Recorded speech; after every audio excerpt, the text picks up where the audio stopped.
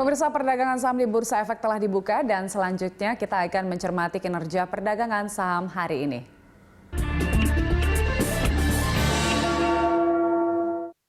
Dan untuk mengetahui pergerakan saham hari ini, pemirsa, kita akan membahasnya bersama Head of Research Panin Sekuritas, Mas Niko Lawrence. Selamat pagi, Mas Niko.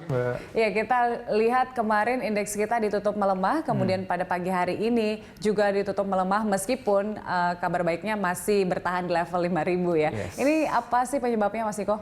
Kalau kita lihat sebenarnya concernnya masih dari regional ya. Jadi kalau kita lihat masih ada peningkatan tren kasus COVID-19 di US. Terus sebenarnya dengan adanya peningkatan kasus khususnya kayak di Florida dan juga North Carolina, itu bikin kayak kunjungan retail tuh lagi turun. Oke. Dan itu akan berdampak nanti terhadap perbaikan ekonomi karena kan sentimennya reopening ini akan berdampak terhadap perbaikan ekonomi ya. Jadi itu yang sebenarnya jadi concern dari pasar. Lalu kalau kita lihat secara spesifik buat Indo, itu sebenarnya kan kasus COVID-19 kita ini currently dalam satu hari itu mencatatkan all time high. Dan itu kita udah 70.000 kasus. Jadi itu yang kita lihat dibandingkan regional kemarin, kita tuh turun sendiri. Jadi itu yang sebenarnya jadi concern investor. Tapi di sisi lain meskipun kunjungan terhadap retail turun, tapi setidaknya aktivitas ekonomi kan sebenarnya sudah jalan. Begitu pula dari domestik sendiri, Indonesia sudah mau masuk new normal. Artinya harusnya optimisme dari masyarakat ini kan semakin tumbuh, Mas Niko. Iya, cuma kalau kita lihat kan sebenarnya orang ekspektasinya terhadap perbaikan ekonomi ya. Cuman kalau kita harus ingat ya bahwa kayak contohnya mereka udah ekspektasi buat perbaikan ekonomi. Cuman kalau kita lihat dari sisi confidence, misalnya business confidence, consumer confidence itu belum pulih. Jadi orang nggak akan bisa langsung mau spending. Terus yang kedua, kita nggak bisa fully operated. Jadi misalnya pabrik-pabrik dengan menerapkannya ibaratnya physical distancing, mereka nggak bisa 100% capacity. Karena kan workersnya agak turun ya. Jadi mungkin cuma 50% atau 75%. Jadi itu bisa bilang ekonomi nggak akan mengalami perbaikan secara maksimal. Oke, artinya memang masih dari pandemi ini yang menyebabkan belum sepenuhnya pulih begitu, investor masih menunggu. Tapi kalau kita lihat kemarin kan sempat menghijau tuh pada pembukaan dan kita bisa lihat kepercayaan investor, nilai transaksi juga lumayan bagus begitu kan. Tapi apakah melemahnya pada hari ini diakibatkan profit taking dari kemarin atau seperti apa? Iya, kalau kita lihat sebenarnya salah satunya profit taking ya, kita dari weekly itu udah positif ya. Terus kalau kita lihat juga profit taking plus combination dari sisi potensi peningkatan kasus. Jadi gini, kelihatan bahwa tren buat kasus baru harian itu di dunia itu lagi meningkat. Cuman jumlah meninggalnya itu turun gitu ya. Jadi itu ada lagging data atau divergence. Nah ini dengan adanya, karena kan biasanya kan orang kenanya 7-14 hari ya. Jadi itu ada potensi peningkatan buat dari kasus meninggal itu juga akan jadi concern. Jadi itu yang sebenarnya kita berat. Apalagi pernyataan dari WHO terakhir. Ini dari sisi kasus COVID-19 ini bisa menular melalui airborne atau dari udara. Dari sebelumnya itu mereka lebih ke droplets ya atau cairan. Jadi itu yang menurut kita masih akan bikin confidence level ini masih akan lemah sih. Oke, nah kalau kita lihat tapi ternyata indeks kita saat ini berada di level hijau nih, kita lihat kenaikannya 0,38%. Menurut Anda ini hanya sementara saja atau memang ada semacam sentimen positif sekarang? Iya, kalau kita lihat pagi ini cukup banyak sentimen positif ya dari pemerintah memberikan stimulus. Contohnya adalah LPS. LPS bisa mengambil bank yang dimasukkan kategori sakit atau tidak sehat. Plus mereka juga bisa menempatkan dana atau liquidity itu 2,5% dari total kekayaannya dia. Jadi itu hopefully akan menjaga likuiditas perbankan. Karena kita tahu perbankan kontribut sekitar 30% ke IHSG kita. Lalu yang kedua itu kan mereka menerapkan kemarin buat yang permodalan ya. Betul. 1 triliun sampai 2020, 2021-nya 2 triliun, 2022 3 triliun. Jadi dengan adanya kecukupan modal yang lebih kuat, dan itu misalnya kalau seandainya bank-bank kecil nggak comply, itu akan di merger atau konsolidasi. Which itu akan memperkuat struktur permodalan. Jadi itu yang kita lihat jadi katalis positif ya buat IHSG-nya. Cuman kalau kita lihat sih resikonya tetap tinggi ya. Karena kalau kita lihat buat yang di regional, khususnya Asia itu trennya juga lagi negatif. Risiko terkoreksinya? Risiko terkoreksinya. Tapi Anda melihat apakah hari ini akan bertahan di level 5.000? Karena tadi sempat tipis tuh dari 5.000. Kalau kita lihat sentimennya mungkin kita masih bisa bertahan di 5.000 ya. Maksudnya dari government stimulus itu mereka lagi gencar-gencarnya. Jadi itu yang sebenarnya akan menjaga level dari sisi perbaikan ekonominya itu tadi. Terus kalau kita lihat kan sebenarnya rilis data perbankan ya.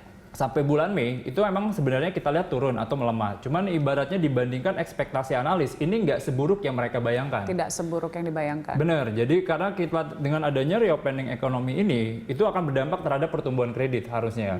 UMKM juga udah disupport dari pemerintah. Jadi itu yang sebenarnya kita lihat tren dari perbaikan ekonomi itu positif. Atau sepenuhnya sekarang belum kelihatan dari kinerja kuartal pertama, Mas Niko?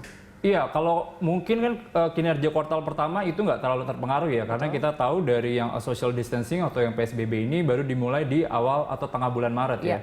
Jadi mungkin pasar akan mengalami koreksi nanti ketika rilis laporan keuangan di bulan Juni ini. Karena kuartal 2 menurut kita adalah kuartal yang paling parah. Yang paling parah. Jadi dampak pandemi itu baru kelihatan nanti di kuartal kedua seperti Benar-benar kerasa secara penuh di kuartal 2 ini. Revenue akan kerasa turun banget, lalu dengan adanya peningkatan hutang juga karena mereka butuh modal kerja buat company-nya itu bikin dari sisi neracanya udah berat. Itu akan menekan dari sisi laba bersihnya. Jadi menurut kita kuartal 2 akan sangat lemah sih buat semua sektor yang ada di IHSG. Oke, Mas Niko, ini ada yang menarik bahwa emas tembus harga 1.800 sejak kemarin ya sebenarnya. Apakah ini berdampak juga kepada bursa saham? Kalau kita lihat positif ya, khususnya apalagi MDKA. Jadi kalau kita lihat tren peningkatan emas di dunia ini lebih didorong karena mereka safe haven ya. Lalu ada ibaratnya bank-bank sentral, contohnya kayak Bank Indonesia juga, kontribusi permintaan buat yang foreign reserve-nya, cadangan devisanya itu naik terus. Jadi itu yang sebenarnya jadi katalis positif. Kedua adalah permintaan itu tuh bukan cuma dari gold yang batangan, cuman ETF-nya tuh kayak derivatif emas itu yang ibaratnya aset-aset manajemen di dunia bikin ETF emas. Jadi ibaratnya orang pun ini safe haven, kita taruhnya di situ. Jadi itu yang sebenarnya ngedorong permintaan emas dan itu hopefully akan positif ya buat indeksnya juga. Meskipun ada isu-isu soal emas palsu begitu yang belakangan ini gencar terdengar itu? Iya, mungkin ada concern soal itu. Cuman kalau seandainya buat yang kayak emiten yang ibaratnya kayak MDKA related atau PSAB gitu ya, harusnya nggak ada risiko. Harusnya tidak berpengaruh. Terhadap itu ya nggak akan berpengaruh. Oke, Mas Niko, saat ini sektor apa saja yang bisa kita cermati? Mungkin kita baginya dua sih ya. Ibaratnya kalau long term trend sama dari cyclical trend ya. Jadi kalau long term trend kita masih positif buat telco, consumer dan juga banking. Karena long term trendnya. Karena view kita sebenarnya indeks risiko perbaikannya masih berat nih sampai akhir tahun. Artinya untuk saat ini untuk kita membeli juga masih tidak terlalu tinggi begitu. Masih harganya diskon. Kalau di level sekarang mungkin 3 sektor ini menarik ya karena performa year to date kita kan turunnya sekitar IHSG itu sekitar 20-22%. Dan sektor-sektor yang saya bilang tadi koreksinya cukup dalam. Cuman mungkin kalau misalnya buat time frame-nya kita nggak boleh terlalu agresif aja dari sisi penempatan dana karena resikonya sampai akhir tahun tuh masih tinggi nih dari sisi earnings, nanti uncertainty election, ada potensi trade wars juga antara US dan juga China semenjak kasus yang pembatasan IPO kemarin. Jadi ini yang kita lihat buat sampai akhir tahun akan menjadi membayangi IHSG. Jadi kita masih berat. Cuman kalau ibaratnya buat ekspektasi perbaikan ekonomi in the short term ya, kita lihat trennya agak bagus di komoditi nih. Komoditi. Benar. Jadi kalau kayak contohnya timah itu kan hari ini juga naik. Sebelumnya nikel juga naik, batu bara juga naik. Jadi di China itu benar-benar kelihatan perbaikan ekonominya itu sangat signifikan ya. Jadi ekonomis memprediksikan mereka akan mengalami V-shape recovery. Membaiknya signifikan. Kelihatan dari PMI-nya dia bagus, lalu penjualan retail itu juga bagus. Jadi itu akan ngedrive dari sisi komoditi karena kita tahu bahwa China itu adalah salah satu the biggest importer buat commodities. Jadi itu yang sebenarnya kita lihat trennya positif gitu sih. Kalau dari komoditi apa saran Anda? Secara emiten ya? Secara emiten buat gold related kita sarankan buat MDKA ya. Kita masih positif buat MDKA. Coal related kita sarankan lebih ambil di Adaro. Lalu kalau buat yang metal mining kita lebih yang menarik cukup kedua adalah Inco menurut kita menarik. Baik. Nah, kalau kita lihat ini kan aktivitas sudah mulai normal begitu dan juga masyarakat kebutuhannya semakin tinggi saat ini. Untuk dari konsumer seperti apa menurut Anda? Cukup menarik nggak? Kalau consumer menurut kita menarik ya, ibaratnya dengan adanya reopening malls, apalagi itu akan berdampak terhadap tingkat konsumsi. Jadi consumer itu adalah salah satu sektor yang paling stabil ya. Jadi mereka nggak terlalu seasonality karena ketika ibaratnya kayak ekonominya lagi nggak terlalu favorable, itu kan ibaratnya orang tetap consume. Orang tetap consume. Terus kalau kita lihat neraca, tingkat hutang sektor consumer adalah salah satu yang paling rendah, which mereka indicate itu neracanya kuat. Jadi itu yang sebenarnya akan mitigasi kalau seandainya nanti ekonominya masih akan jelek. Jadi consumer kita favor sih. Favor ya, karena lebih cenderung stabil begitu ya. Tapi trennya mungkin masih akan naik nih. Kalau kita lihat trennya harusnya masih akan positif ya, apalagi buat company-company yang sebenarnya mainly bisnisnya masih yang kita pakai sehari-hari ya, ibaratnya consumer related yang kayak ICBP, Indofood, Unilever itu juga positif. Mayora itu kita lihat revenue-nya nggak akan terlalu terganggu. Oke, kita lihat indeks kita sekarang masih bertahan di level 5.100 ya, boleh diperlihatkan nih. Nah ini 5.067,14. Prediksi Anda untuk penutupan hingga penutupan nanti seperti apa rentang pergerakannya Mas Niko? Range-nya mungkin di 5.015 sampai 5.075 ya. Oke, tapi nggak sampai 5.100 gitu ya? Mungkin harusnya masih kuat ya.